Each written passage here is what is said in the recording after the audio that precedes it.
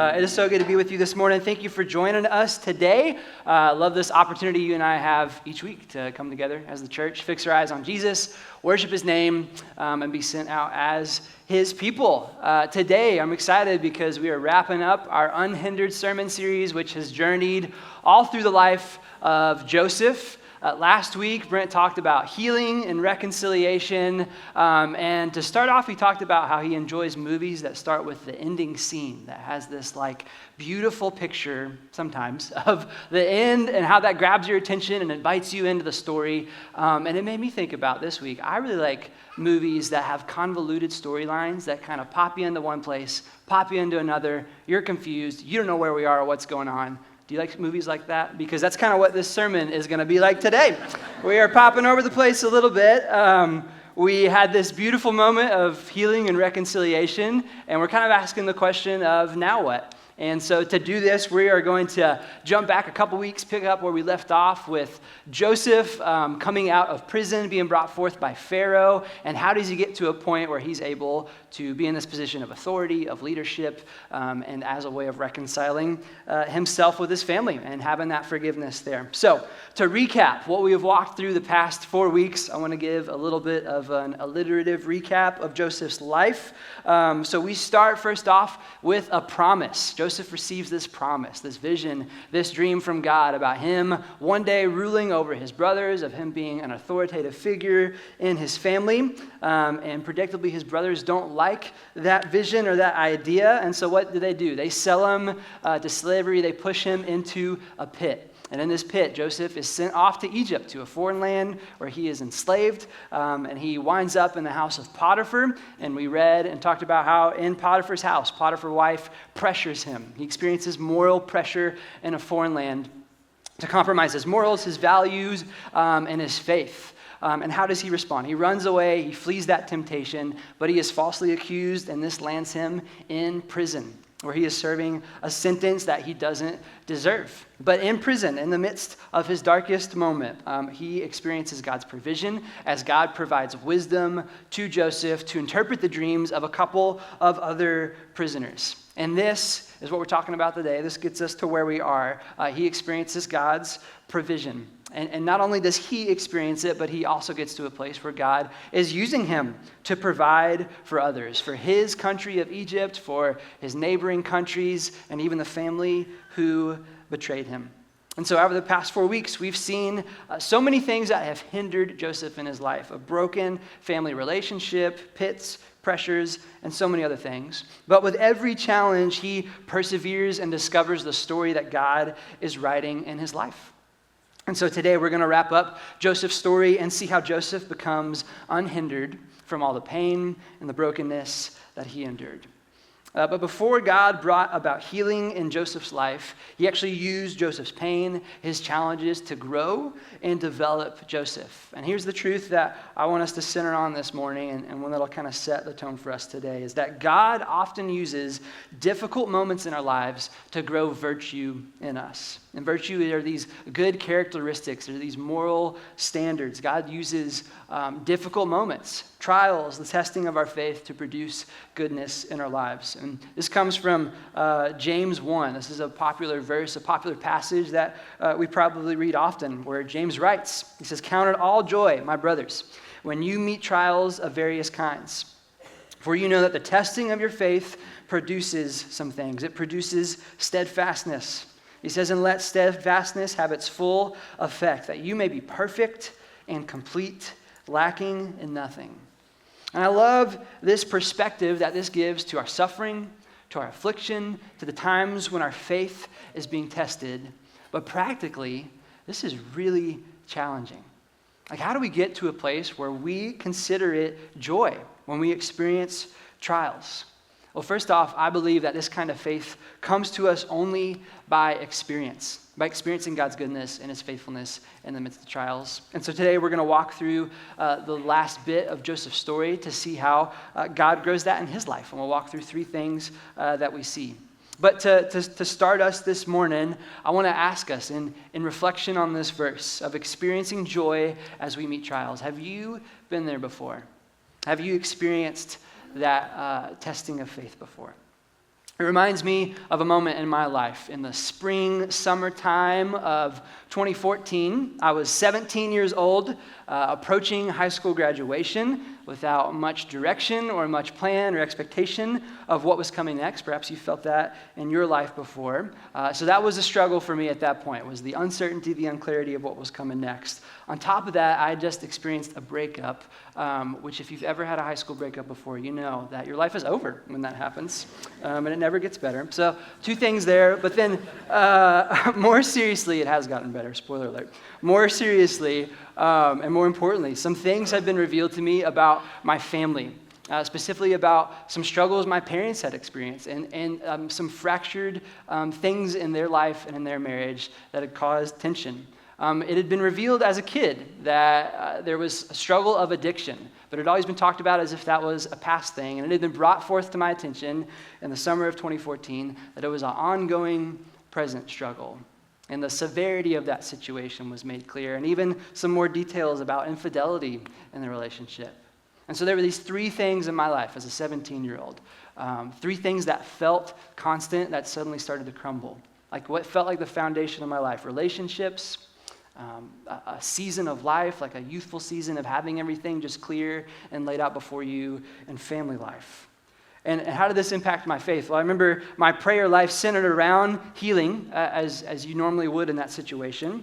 And it's centered specifically around God fixing these circumstances and bringing me back to a place of peace and of joy. But I didn't experience that, at least not in that moment. And I would say I did what I was supposed to do to experience those things. Like that actually happened in a season of my life where I felt like I was growing a lot spiritually, where I'd been more intentional with my faith and with my relationship with Jesus than I ever had before. I was consistent as a churchgoer, as a volunteer. I was going on my first ever mission trip that summer, which was a big step of faith outside of my comfort zone. I felt like I was doing the things God was asking me to do, but I didn't experience the fruit. I didn't experience the fruit and the goodness of his presence. And I remember one Sunday afternoon, late July of that summer, the reality that life to that point hadn't met expectations, that God didn't show up in the way that I was longing for, really hit. And I remember that on that Sunday afternoon, that was the first time that I'd really experienced anger towards God.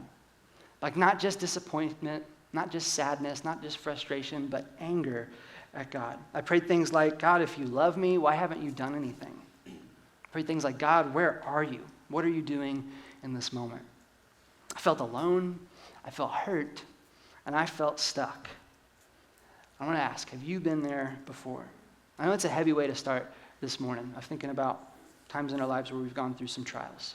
But I want us to reflect, have you been there before? How do we get to a place where we experience God's provision in the midst of trial? That leads us to rejoice, where the testing of our faith, produces lasting fruit in our lives. And I think the story of Joseph helps us understand how we get to that place. And so we're going to continue with that story this morning, picking up where we left off a couple weeks ago in Genesis chapter 41. As a recap, Joseph has just been brought from prison where he interpreted the dreams of a couple fellow prisoners. And Pharaoh has now brought Joseph in to interpret a couple of dreams that he has. And so we're going to pick up in verse 17, chapter 41. Let's read this. It says, Pharaoh says to Joseph, he explains these dreams. He says, in my dream, I was standing on the bank of the Nile, when out of the river there came up 7 cows, fat and sleek, and they grazed among the reeds. After them, 7 other cows came up, scrawny and very ugly and lean. I had never seen such ugly cows in all the land of Egypt.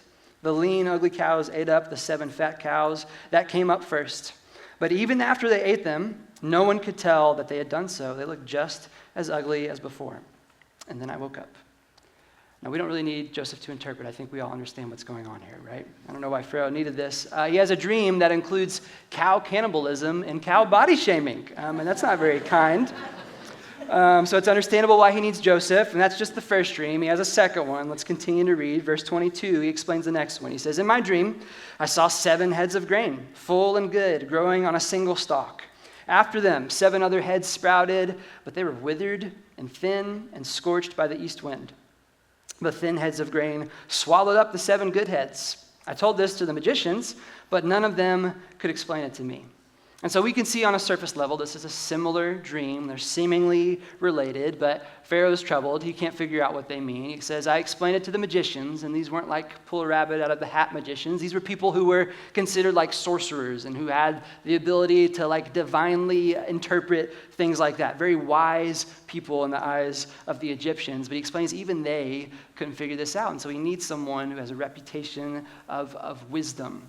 And so this is the first thing that we see God develops in Joseph's life. In the midst of prison, in a dark, lonely place, God develops Joseph's reputation. It's a reputation of faithfulness.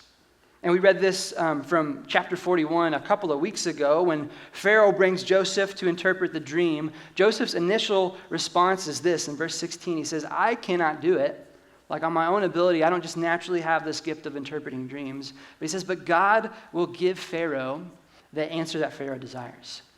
Joseph has this reputation of simply showing up, of not running away from the circumstance, but opening himself up to be used by God. He doesn't let the fear of his inability shake his faith in God's ability to work through him.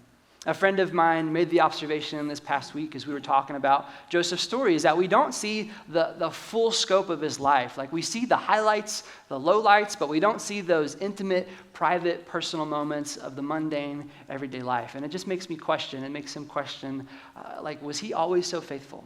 Like, did he ever struggle or wrestle with God? And we're not really given the answer, but we do see that whenever trial comes, when it matters most, when his faith is tested, he surrenders to God, and God grows a reputation of faithfulness that plays a big role in Joseph's life. And we know the importance of a good reputation. It makes me think first and foremost of an auto mechanic. Seemingly in a world of online reviews, visiting websites, social media, all that thing, it seems like the career that has relied the most upon classic word of mouth reputation is an auto mechanic. Like if you're my friend and I am telling you I have car trouble and you tell me about a good mechanic that you know, I'm going to take you at your word. I'm going to trust that because word of mouth reputation is important. It's the power of a good reputation. And I want to ask humbly and gently for us to consider, what would you say is your reputation? What do you think people say about you and how you respond and show up in difficult situations? How you care for people, your faithfulness to God and to others. And I want to be clear, I don't ask this to stir up a sense of shame or a sense of inadequacy, like we're not doing enough. And the response is not just putting on a performative nature, being disingenuous, and just seeking to have this mask of a good reputation. But rather in asking this, inviting us to consider if our response to trials reveals our faith in a God who's able to use us and even do the impossible. I've had to reckon with my reputation a little bit recently. Back in November, I got engaged to a wonderful woman named Abby, and I brought a picture of our engagement for you. Oh, thank you. You didn't have to clap, but that's very nice of you. This is a lovely moment. This was not my high school girlfriend, by the way, just to be clear for that story. This was a lovely moment, and I love these pictures and the celebratory thing that happened and the thing that we've been celebrating. But to start this year, we've gone through the hard work of actually preparing for marriage. Specifically, we've started doing premarital counseling, and we've gone through this program called Saving Your Marriage Before It Starts, and it gives you this exam for reflection questions. And after you take it, it runs through their algorithms or whatever, and it gives you data and statistics about your outlook on marriage, your partner's outlook on marriage, both of your expectations, your personality types, and all these really helpful and exciting things. And this means that every week we get on Zoom with a therapist and we're talking through these things, and it's amazing. But it also means something else. And as loving and gracious and amazing as Abby is, and the fact that she sees the good in me and chooses to affirm that, I also have to sit on Zoom and hear her answer questions like, how does Luke handle conflict? It's not so great. How does Luke respond when he's angry? Withdrawn, kind of reclusive. When you cook a meal together, who usually does the dishes? It's not Luke, let me tell you that. And it's tough to recognize some of these truths, but there's a grace in this as we wrestle with this. It causes me to ask, is this the reputation that I want in our relationship? Does this reflect what I believe about who God is and who he's made me to be? And how does God want to meet me and shape me as I pursue to love him and to love my future wife well? If we surrender to God, if we give him control, if we show up faithfully in the pit, he can grow in us a reputation of faithfulness in the midst of trial. He does this for Joseph in the midst of prison, a dark moment, serving a sentence that he did not deserve, and he can do it for you, and he can do it for me as well.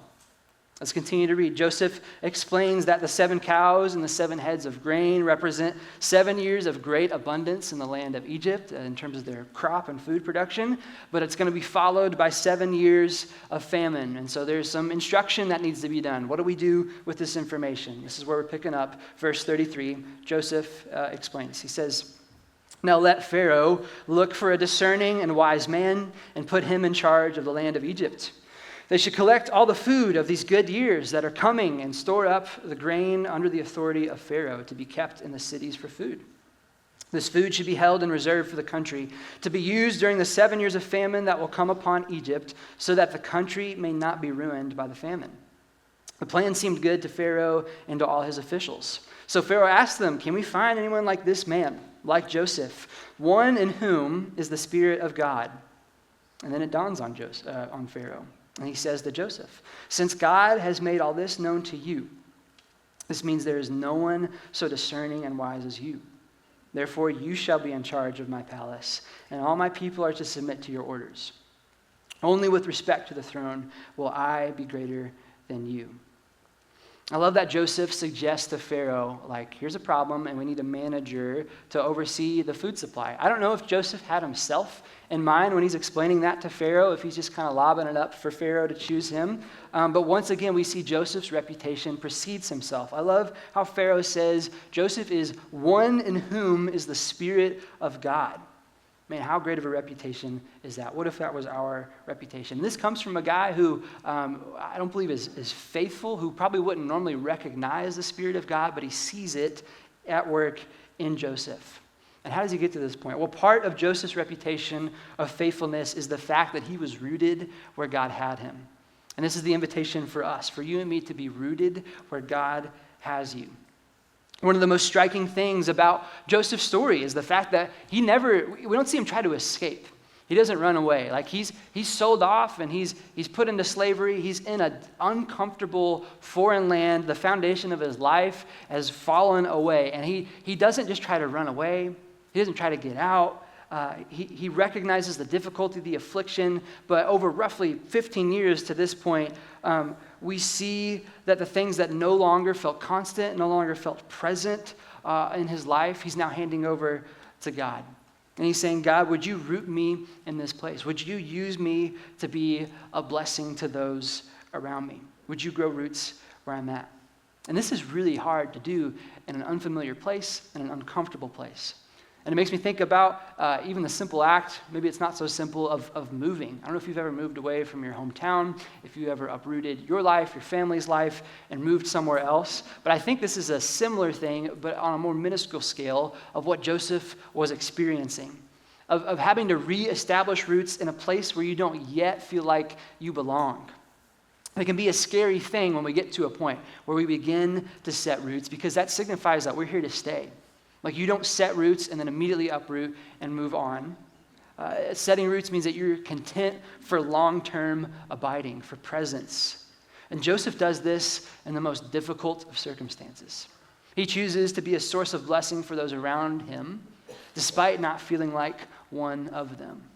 And it reminds me of Psalm 37, verse 3. It instructs us. It says, "Trust in the Lord and do good. Live in the land, wherever it is, wherever you are, and cultivate faithfulness." Being rooted means investing in our community, investing in those around us, our neighbors, whoever they are. It's cultivating goodness and cultivating lasting relationships.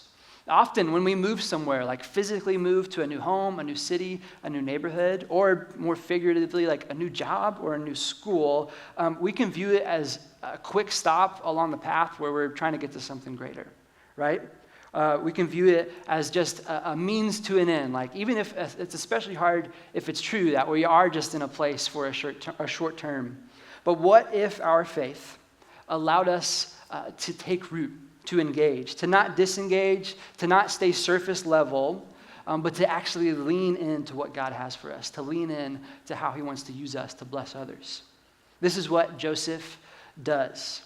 Now, to take roots in a foreign place, in a place of discomfort, requires confidence in God's faithfulness. And it requires being confident in his call. That wherever he has brought you, wherever you're at, he has called you, he has equipped you, that he has a purpose for you, that he can use you. I think this is not easy, like in the midst of difficult situations, to find an appropriate level of confidence and put your confidence in the right thing.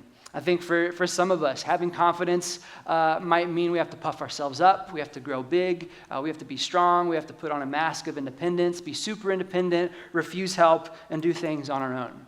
I think for some others of us, this might develop in us insecurity.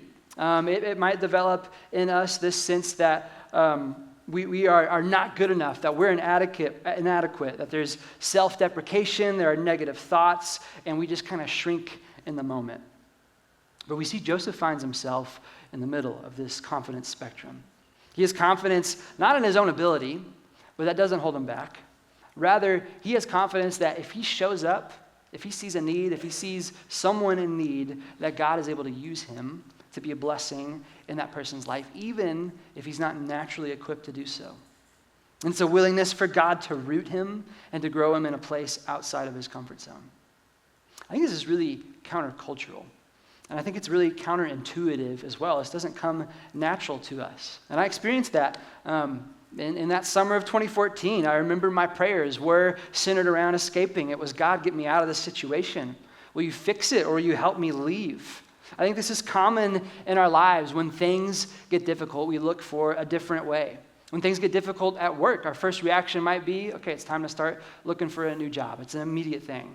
When things get difficult in relationships, when conflict arises, we might begin to wonder, would my life be better with a different partner? Would it be easier? Would I be happier? When life becomes mundane, gray, boring, meaningless, we might dream about a change of scenery, a new town, a new friend group, a new home, a new neighborhood. But what if God is calling us to something wherever we are? To do something? What if we believe that wherever he has us is where he wants to work in us, not just for our own good, but for the good of those around us? And I want to be sensitive as we're considering some of these things. I know there might be some folks listening who are in some unhealthy and potentially harmful situations. And if that's you and you're in need of prayer, support, our pastoral team would love to provide that for you. But if you're someone who's struggling to find purpose, struggling to find contentment, to see the fruit of your faithfulness in everyday life, what if this is an invitation to experience God work in you and through you? It makes me think of Paul's words in Philippians. I think this is one of the ways that this looks like. He says in Philippians 2, do everything without grumbling or arguing. Some translations say complaining, so that you may become blameless and pure, children of God, without fault in a warped and crooked generation. He says, then, when you do this, you will shine among them like stars in the sky as you hold firmly to the word of life. Paul says one of the greatest examples of faithfulness in our lives is a perspective of God's goodness in less than ideal situations. Paul's instruction ultimately for us is to imitate Joseph in how we respond to trial, to not complain, to not grumble, but to navigate difficulty willingly and faithfully. He says this is what makes you stand out in an unbelieving culture, in an unbelieving generation. It's not the great things that you do.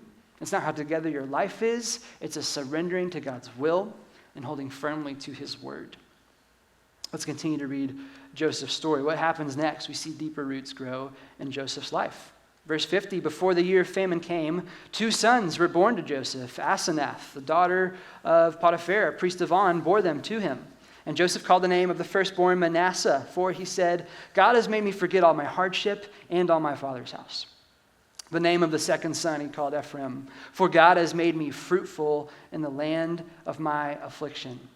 Joseph begins to start a family. Again, where? In a foreign land, an uncomfortable place, but his family actually serves as a marker of God's goodness in the trial.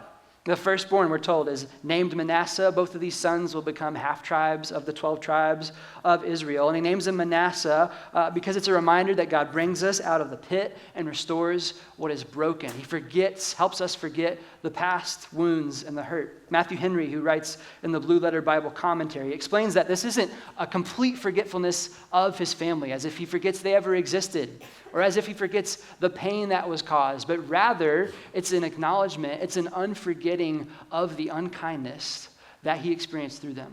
It's forgetting that his expectations of honor and of love from his brothers did not meet that expectation in this moment. God has allowed him to heal and to move on, and he does this by establishing good roots. And we see that further with Ephraim. I love that he names him Ephraim, and he says, this is a reminder that God has made me fruitful in the land of my affliction.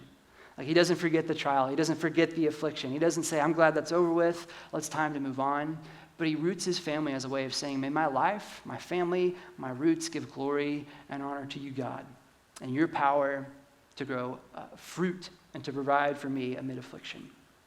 God blesses Joseph through his affliction. And we read on, Joseph is in charge of the food supply in abundance and is tasked with managing the stores during the famine. And in verse 56, it says, when the famine had spread over all the land, Joseph opened all the storehouses and sold to the Egyptians, for the famine was severe in the land of Egypt. Moreover, all the earth came to Joseph to buy grain because the famine was severe over all the earth. And this next part, what happens after this, is what we talked about last week. Joseph's family back in Canaan hear that there is grain in the midst of famine, and his brothers are sent to buy grain from Joseph unknowingly, and that leads to forgiveness and reconciliation. But it also leads to Joseph providing tangibly for his family. I want to jump ahead to Genesis 45. After this forgiveness, this reconciliation happens. He's in a conversation with his brothers, and listen to what he says starting in verse 8. He says, my brothers, it was not you who sent me here. It was God. He made me father to Pharaoh, lord of his entire household, and ruler of all Egypt. Now hurry back to my father and say to him, this is what your son Joseph says. God has made me lord of all Egypt. Come down to me, don't delay. You shall live in the region of Goshen and be near me. You, your children, your grandchildren, your flocks and herds, and all that you have. I will provide for you there because 5 years of famine are still to come. Otherwise, you and your household and all who belong to you will become destitute. I just want to sit with that first verse, with verse 8. Like, that hit me this week as I read that. Joseph says to his brothers, I don't credit my situation to your betrayal, to your unkindness. Rather, he credits it to the sovereignty of God. It serves as an example of God's kindness. Through suffering, Joseph experiences God's provision, and he's led to a place where Joseph offers provision through suffering. Provision as a product of the suffering, the affliction of what he had been through. He has a perspective that all the hard things he's had to walk through have led him to a point where he's able to provide for the needs of his family, his country, and those who betrayed him.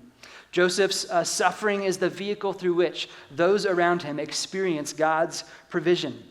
His suffering produces empathy in him when people from neighboring countries come to him with uncertainty, with the anxiety of not knowing where provision comes through next. Joseph is able to empathize with that.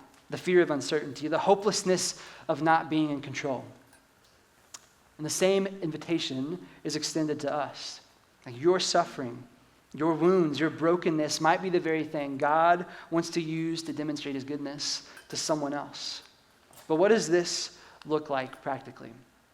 I was having a conversation with a friend this past week who's part of our church and shared about a struggle with addiction that has plagued most of his adult life. And he shared about coming to terms with that, of going to a support group and having this thought of, I don't think I'll ever be free from this. Like, I'll always be hindered from this addiction. And thankfully, through this group, through prayer, through support, through God's strength, he's experienced freedom and he's experienced healing. But his story hasn't simply ended there. As we were hanging out, our conversation continued. We got to the point, of course, where you always ask, well, what are you doing with the rest of your day? And he begins to explain to me that he's actually grabbing coffee, meeting with someone who's walking through that very same scenario, that very same struggle and addiction. Because of the things my friend went through, the struggle with addiction, this thing that we wouldn't call good, he was able to be a source of God's provision in the life of another. So what about us? How does God want to use that in our lives? Where does this hit you today? Well, for me, it makes me think back to that Sunday afternoon in late July of 2014, sitting on my bed, angry at God in prayer and frustrated that life hadn't met my expectations to this point. I remember as I was praying, I had this thought, and I believe it was God's voice really speaking into my life and into my heart in that moment. I felt God say a couple things. First, he reassured me that he hears me and that he's with me. And I also felt him challenge and encourage me, that I was holding on to some things. Like I was holding on to the brokenness, to the frustration, to the wounds, to the hurt, to the pain. And the peace, the contentment, the healing that I was seeking was going to happen by letting go, by surrendering these things to God. And it was by doing that I ultimately did experience God's moving in my life and also in my family as well. And this didn't happen immediately. Like I have to know, there was still grief in that season. There was still a heaviness that I had to carry. But it did lead to experiencing God's healing and God's provision. And this didn't mean that it happened immediately, and it doesn't mean that things have been great ever since. There's been relapses. There's been severe mental health struggles. There's been tension and conflict and challenges to navigate. But through it all, I've experienced God's faithfulness and provision. I got to see how reliable and faithful God is, that I can lean on him in the most challenging times, and that even if he doesn't take me out of a situation or help me escape, he's still good. He's still faithful. He's still doing something and producing something in me. And I think it was no coincidence that a few months later, that very year, is when I actually began my journey in ministry. It wasn't planned, but rather God opened a door where I began walking with middle and high school students through their life and their journey of faith, through their mental health struggles, through their broken family dynamics. And I found that what I had been through allowed me to offer perspective, guidance, comfort, and support for them as they were navigating some similar things. It allowed me to provide for their needs. And I believe as we wrap up Joseph's story today, that God is inviting us, you and I, to be open about our brokenness, to be open-handed and vulnerable about our wounds and the things that we've experienced in our lives, because our pain, our experiences might be the very thing that God uses to demonstrate his glory in your life personally and in the life of someone else. Last picture I want to leave us with, and we're gonna close with this. It makes me think of a Japanese art practice that's called kintsugi, which means to join with gold. It's this practice that takes broken dishes, vases, other clay pots, and other vessels, and it doesn't throw them away, doesn't melt them down, start from scratch. What it actually does is it takes those broken pieces, glues it back to its original shape, original form, and it doesn't paint over, try to mask, but it does just that. It joins it with gold. It adorns it with gold or with silver. It actually highlights it. I've got a picture here for us. This is kintsugi. It's a powerful and beautiful image. It doesn't avoid the blemishes or the brokenness. It doesn't try to cover it up or hide them. It actually adorns them. It highlights them. And it makes it the focal point of the beauty. And I think this is what God wants to do in us as his church. I don't think he wants to just discard what's broken, call it a wash, start over. No, I think he actually wants to take us as we are, broken as we are, with the wounds that we have experienced, and not only put us back together to heal us, but to do so in a way that highlights his artistry, his power, his majesty, and his goodness. And what if this thing, what if our brokenness, being vulnerable about that, actually serves as a marker, just as Joseph's children, for God's goodness and his ability to heal the wounds in our lives. I want to leave us with this encouragement from the Apostle Paul, who writes in 2 Corinthians about a struggle that he doesn't really reveal, but a struggle that he had been walking through. And he writes this. He says, I was given a thorn in my flesh, a messenger of Satan to torment me. He says, 3 times I pleaded with the Lord to take it away from me. I prayed, God, get me out of this situation, take it away. But God says to Paul, my grace is sufficient for you, For my power is made perfect in weakness. Therefore, I will boast all the more gladly about my weaknesses, so that Christ's power may rest on me. That is why, for Christ's sake, I delight in weaknesses, in insults, in hardships, in persecutions, in difficulties. For when I am weak, then I am strong. As we close today, may you and I have this resolve that we would boast in our weaknesses, that we would be vulnerable, to experience an unhindered life with God and point others, invite others to do the same. Let's pray together. Well, God, we love you, and we thank you for the truth of who you are, that, Lord, you don't waste or discard, but you actually bring beauty from the ashes. You bring light to darkness, life to where there is none. And God, I know we each have unique stories, and God, we walk into this room carrying different things. And Lord, I pray if we're in the middle of struggle, if we're in the pit, if we're alone in a prison, if we are hindered, God, would you bring healing? Would you bring freedom? Or would you give us a resolve to be open and to be vulnerable? And Lord, will you send us out with open hands? God, with all that we are, that we would show up faithfully, that we would trust in your ability to use the most ordinary people. God, that you would grow in us a reputation of faithfulness that points to you, not for our good, but for your glory. God, would you root us where we are, see the need around us, and lead us to fulfill and provide the needs of others. And God, ultimately, will we just be vulnerable? God, will we be instruments that point to who you are in the midst of brokenness, that we would provide for others. Lord, thank you for how you provide for us. Thank you for your goodness. We pray this all in Jesus' name. Amen.